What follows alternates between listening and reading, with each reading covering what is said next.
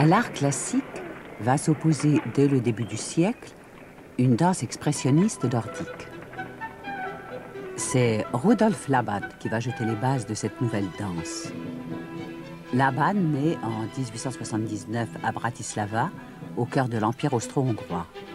L'Empire est alors une mosaïque de peuples aux cultures et aux traditions très diverses. Parce qu'il est fils de militaire, Laban va sillonner cet empire. Très tôt, l'adolescent est fasciné par la diversité des danses, la variété des mouvements et des expressions du corps humain. Son père souhaite le voir entrer dans l'armée, mais Laban préfère la bohème aux grandes manœuvres et la peinture à l'art de la guerre. Il voyage, étudie les beaux-arts à Munich, puis à Paris. En 1907, il retourne à Vienne. L'Empire est traversé par des tensions nationalistes. L'Empire est au bord de l'apocalypse, et cette apocalypse est joyeuse. Nietzsche l'avait annoncé, Dieu est mort. Mais cette mort ouvre la voie à une formidable remise en cause de toutes les valeurs établies. Vienne, Wittgenstein y élabore ses premiers concepts sous l'impulsion de Krauss, dont il est un lecteur assidu. L'un et l'autre interrogent les limites du langage. Vienne, le docteur Freud y dénonce la toute-puissance de la raison pour explorer les profondeurs de la psyché. Vienne, les écrivains Arthur Schnitzler, Hugo von Hofmannsthal, Stefan Zweig, autant que les peintres Kokoschka, Klimt et Schiele, y dévoilent la fragilité de l'individu et sa désagrégation.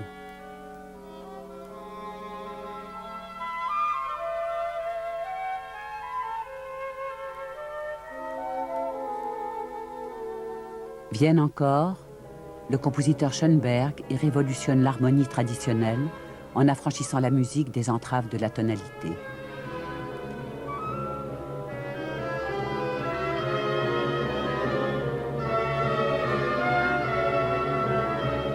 Pendant ce temps, l'industrialisation s'accélère.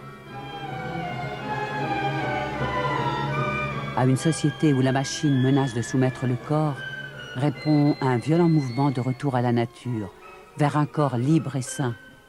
On comprend le triomphe que remportent à Vienne les Américaines Isadora Duncan et Ruth Saint-Denis. Elles aussi aspirent à libérer le corps de toute contrainte. Elles font des émules. La plus célèbre est Greta Wiesenthal, pour qui Hofmannsthal écrit l'opéra Ariane à Naxos. C'est dans ce contexte-là que Laban jette les bases d'une nouvelle danse. Il repère d'abord les éléments qui la constituent, espace, temps, poids.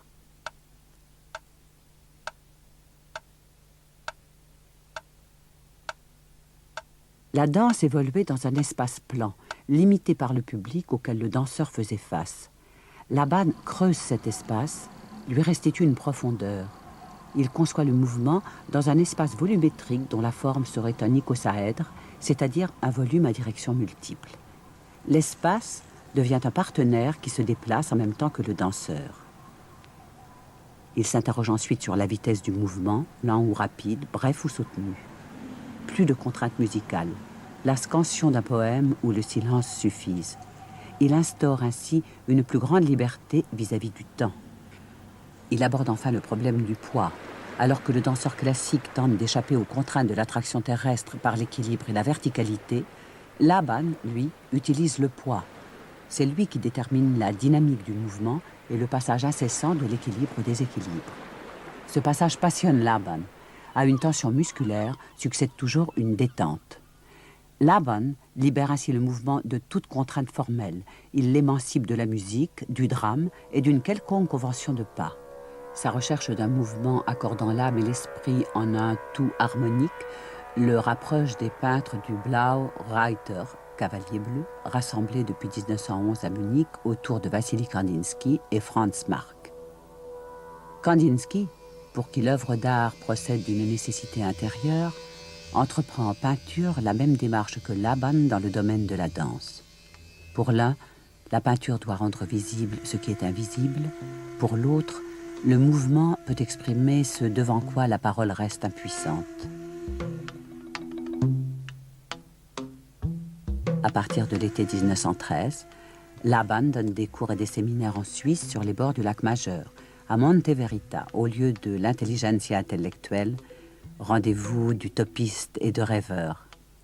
Rainer Maria Rilke, James Joyce ou le poète Hugo Ball y côtoient des anarchistes russes. Tous y séjournent dans un climat de société réformée, en harmonie avec la nature. Laban trouve ici des conditions idéales pour expérimenter ses idées.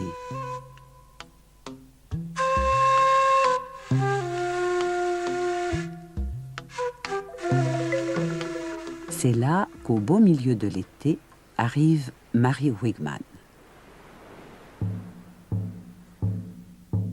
Elle vient d'un autre lieu utopique, celui de Hellerau, où enseigne Jacques Dalcroze. La gymnastique rythmique de Dalcroze fait alors fureur partout en Europe. Nijinsky s'en était inspiré pour la chorégraphie du Sacre du Printemps.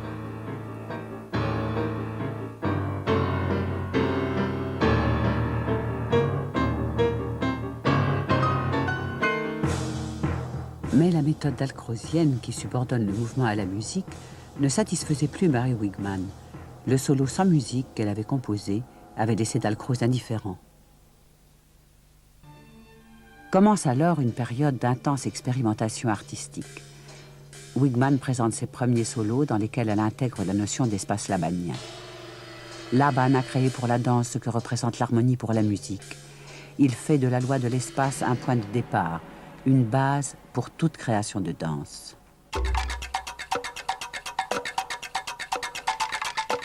Laban est rentré en Allemagne.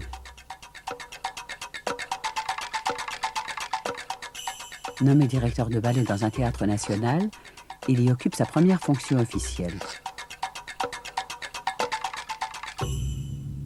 Dès 1921, il s'installe à Hambourg à la tête d'une école et d'un groupe, le Tanzbühne Laban. C'est dans ce groupe qu'apparaît pour la première fois le jeune Kurt Jooss.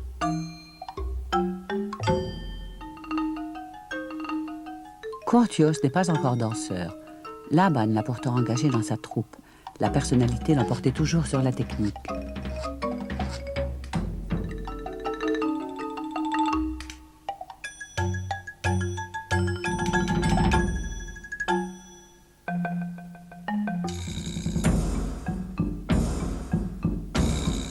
Très vite, Jooss devient le collaborateur de Laban, comme Wigman 8 ans auparavant.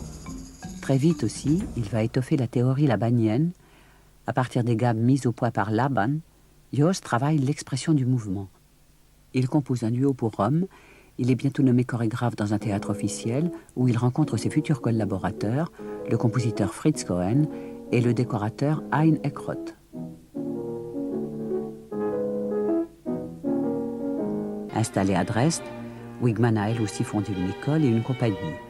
Tout en utilisant l'espace à partir de ce que lui a enseigné Laban, elle lui oppose dorénavant une mystique de l'instinct et une gestuelle plus dramatique.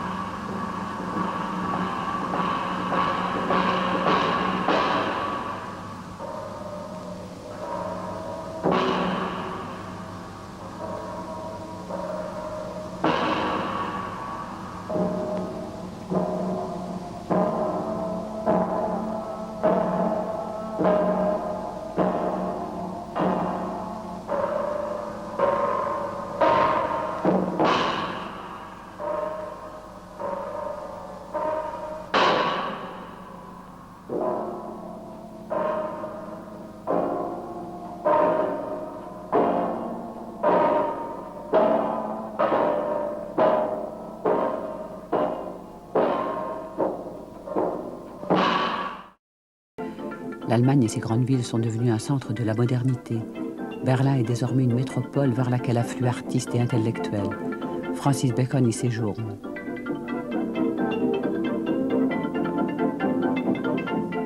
Chaque jour naissent de nouveaux théâtres et de nouveaux cabarets. On s'émeut devant Anita Berber, une déesse nocturne au désespoir élégant. On s'amuse avec Valeska Gert, qui porte la satire politique au rang des beaux-arts.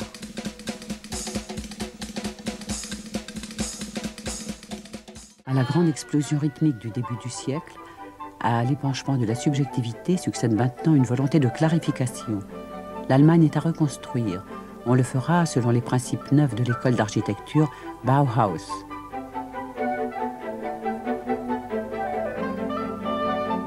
Il s'agit pour son premier directeur, l'architecte Walter Gropius, de domestiquer la société industrielle en l'intégrant dans la vie quotidienne. La mécanisation outrancière devient pour ceux du Bauhaus matière à création. De cette approche entre l'homme et la machine naît l'art industriel.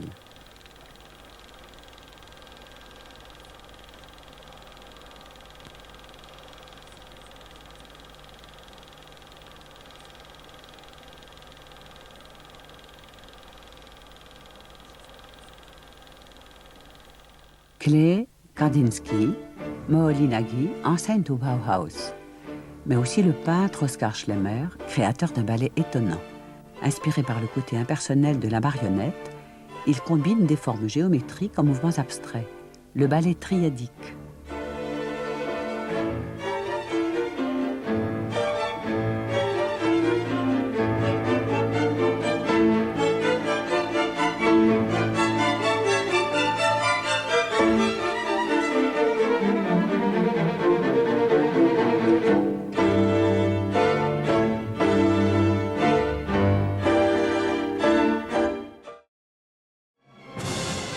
La danse moderne en Allemagne occupe, à l'aube des années 30, une place bien plus importante que le ballet classique, phénomène unique en Europe. Pour la première fois, une danse expérimentale est intégrée dans les circuits officiels des théâtres et des opéras. Laban y occupe la première place. À Vienne, à Paris, à Budapest, à Rome ou à Anvers, ses disciples créent des écoles. Les ballets Jost triomphent à Broadway et l'école de Essen s'internationalise. Wigman dirige 2 écoles, l'une à Dresde, l'autre à Berlin. Elle obtient un tel succès auprès des Américains qu'ils lui demandent de rester travailler chez eux. Elle convainc alors une de ses anciennes élèves, Adia Holm, de s'installer à New York pour y fonder une école Wigman. D'autres grands danseurs formés par Wigman portent la danse allemande partout dans le monde, Gret Palucka, Yvonne Georgi et celui chez qui la puissance expressive s'allie à la maîtrise classique, Harald Kreuzberg.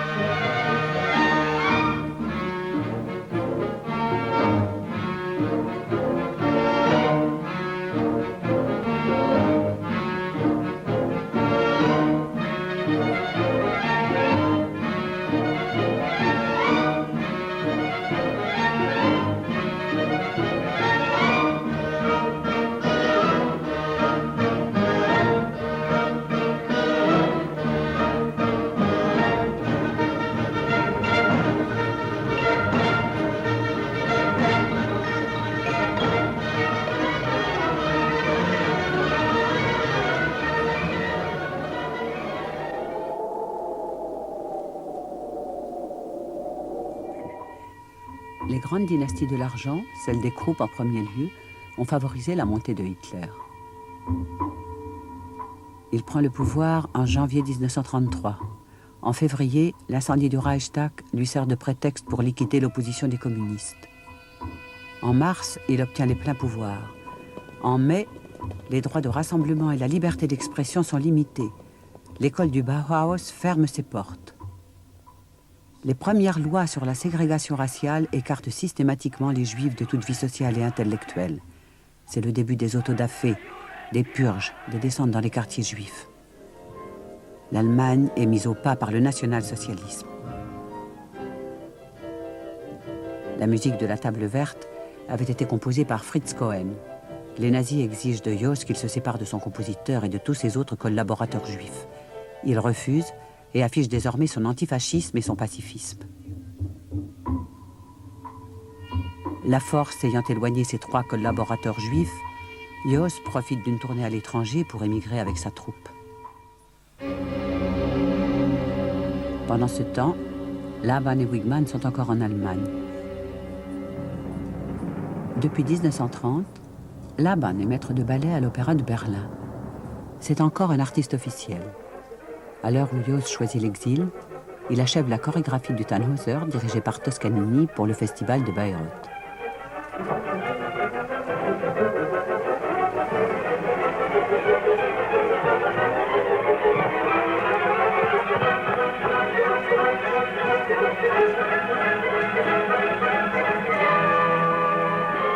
En 1934, il est nommé directeur de la Deutsche Tanzbühne. Il tente d'institutionnaliser la danse et de lui donner un statut indépendant de celui de la gymnastique. Mais les corps qui exultaient dans la danse libre de Laban se transformeront sous le nazisme en corps de gymnastes soumis. Le malentendu ne va pas tarder à se dissiper. 1936, les Jeux Olympiques de Berlin sont ouverts. Ich verkünde die Spiele von Berlin zur Feier der 11. Olympiade Steuerzeitrechnung als eröffnet.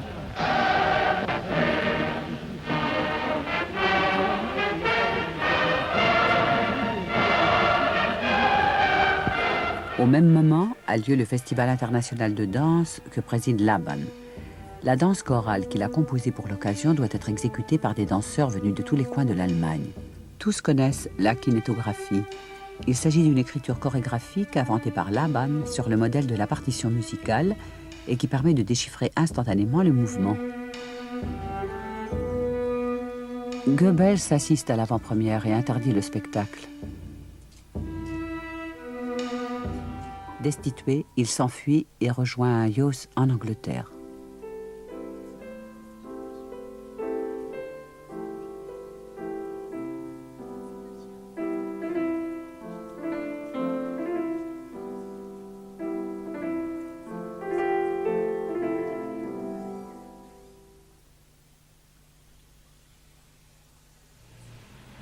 Au début des années 30, Marie Wigman est encore la première représentante de la danse d'expression en Allemagne.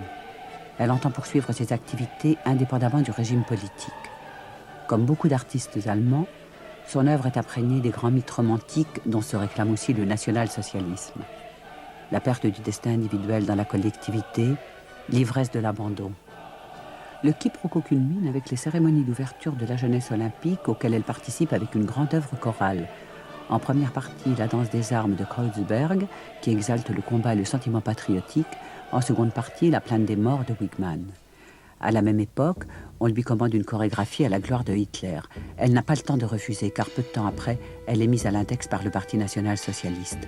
Son école passe sous tutelle officielle, son œuvre est déclarée décadente. Marie Wigman décide pourtant de ne pas quitter l'Allemagne. Les événements se précipitent. En 1938, avec l'Anschluss, l'Autriche est occupée. Le 1er septembre 1939, la Pologne est envahie. 2 jours plus tard, la guerre est déclarée. La guerre sur le terrain commence. En 1942, sous les bombardements des avions alliés, Marie Wigman compose Tanz der Niobe, puis elle fait ses adieux à la scène avec Au revoir et merci.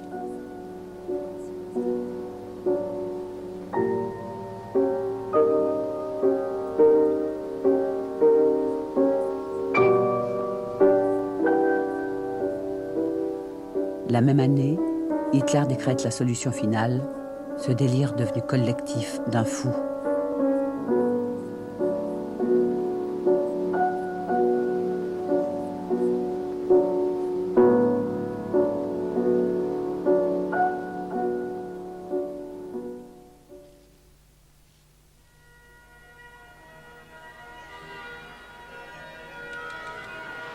an Tanzmusik, Unterhaltungsmusik. Diese Kinder der leichteren Muse dürfen Sie bei Telefunkenschallplatten denselben Les derniers feux de l'expressionnisme semblent brûler avec quelques chorégraphies importantes de Mary Wigman, Le Sacre du Printemps et Orphée. Dans son studio de Berlin-Ouest, elle transmet inlassablement un héritage sur le point de mourir.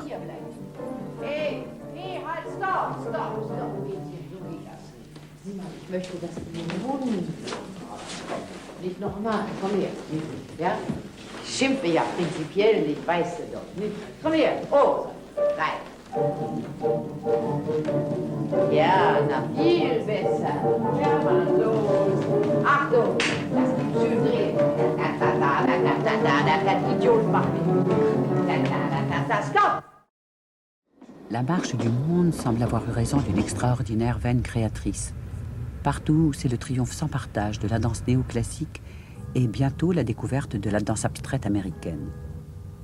Si Laban a choisi de demeurer en Grande-Bretagne, Kurt Jooss est rentré en Allemagne en 1949 pour reprendre la direction de son école à Essen. C'est dans cette école qu'apparaît celle qui, 20 ans plus tard, présidera à la Renaissance et à la transformation d'une danse allemande que les convulsions de l'histoire avaient mis entre parenthèses, Pina Bausch.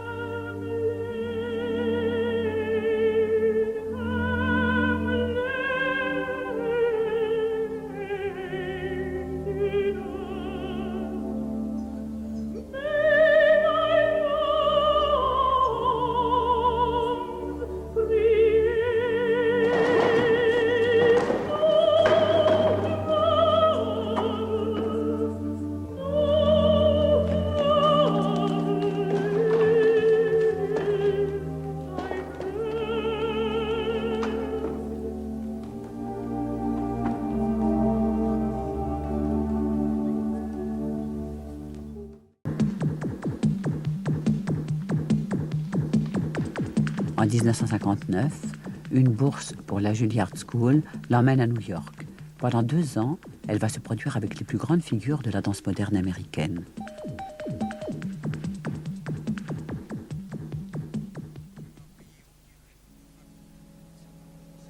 Jooss rappelle Pina Bausch en Allemagne pour participer à l'aventure de son nouvel ensemble, le Vollwang Tanztheater. Elle y danse notamment la mère dans la reprise de La Table Verte.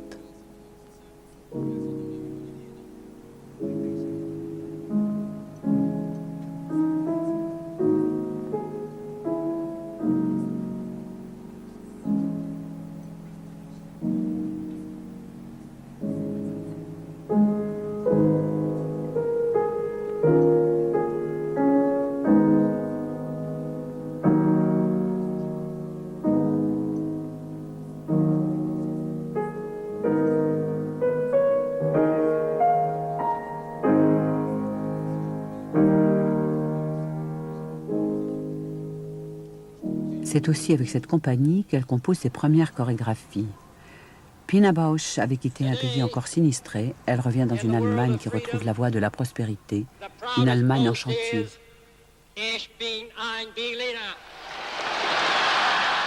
La meilleure carte des Américains dans le jeu de la guerre froide.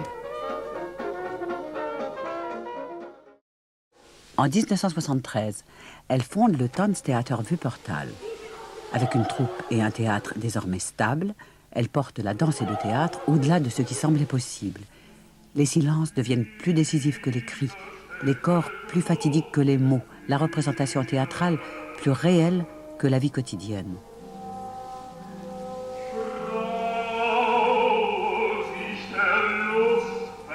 Le matériau de base de Pina, ce sont les gens, les rapports entre les gens. La vie de ces danseurs fournit souvent des situations dans lesquelles chaque spectateur peut se retrouver.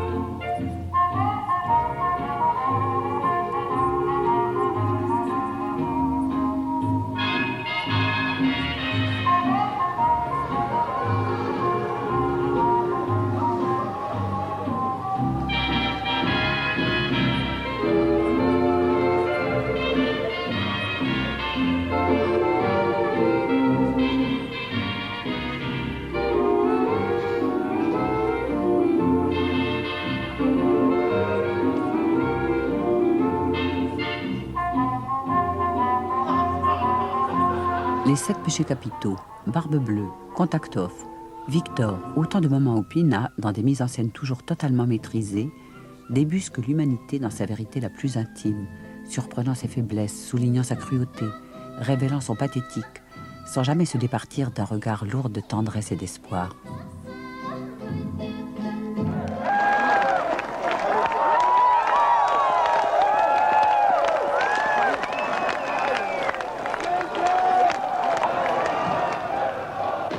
À l'époque de Laban, on voulait imaginer qu'un geste libre réveillerait l'âme. À l'époque de Ios, on voulait croire en une société plus juste qui rendrait l'homme meilleur. À l'époque de Pina, même si on ne peut plus ignorer que le cœur de l'homme est pervertible à l'infini, on sait aussi qu'il est encore possible d'éclairer les belles intermittences de l'âme.